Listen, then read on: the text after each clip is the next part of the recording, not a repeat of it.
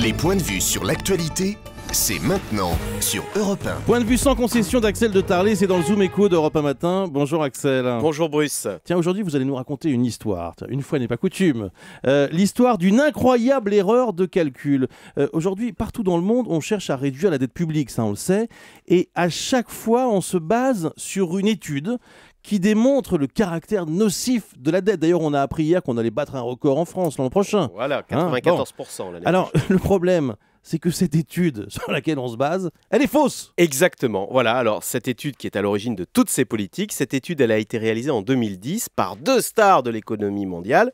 Et que dit-elle ? Eh bien, elle dit que quand un pays est trop endetté, c'est-à-dire quand la dette dépasse 90% du PIB, alors la croissance décroche, elle devient même négative, moins 0,1% en moyenne. Alors, c'est le cas de la France. Oui, alors ça, c'est un hasard phénoménal. On vient tout juste, effectivement, de dépasser les 90% de dette. Et effectivement, bingo, cette année, selon le FMI, on sera bien avec une croissance de moins 0,1%.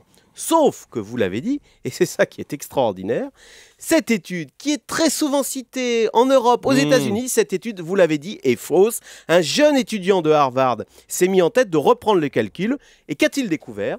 Eh bien que les auteurs avaient oublié d'inclure dans leur tableau Excel 5 pays clés, le Danemark, la Belgique, le Canada, l'Australie, la Nouvelle-Zélande. Or, avec ces 5 pays, le résultat n'est plus du tout le même. Les pays endettés à plus de 90% affichent en moyenne non pas moins 0,1% de croissance, mais tenez-vous bien, plus 2,2. Donc ça change tout. Donc ça veut dire que non, la dette n'est pas l'ennemi de la croissance. Donc ça veut dire qu'on peut arrêter les politiques d'austérité et continuer à s'endetter à tout va ? Alors bon, intuitivement, on sent bien quand même que la dette, c'est pas fantastique. Ouais. En fait, qu'est-ce que ça dit simplement ? C'est vrai, il y a deux types de dettes. Oui. Celle qui prépare l'avenir. Si on emprunte pour investir dans la recherche, les infrastructures, ça effectivement, c'est porteur de croissance. Mais à côté, il y a la mauvaise dette. Quand on emprunte pour payer les retraites, pour payer les dépenses de santé, les salaires des policiers, les salaires des fonctionnaires, ça c'est une fuite en avant. Et c'est malheureusement la dette que nous constituons en France. Donc ne nous réjouissons pas trop vite. Nous n'échapperons pas malgré tout à la remise en ordre de nos comptes publics. Carton jaune.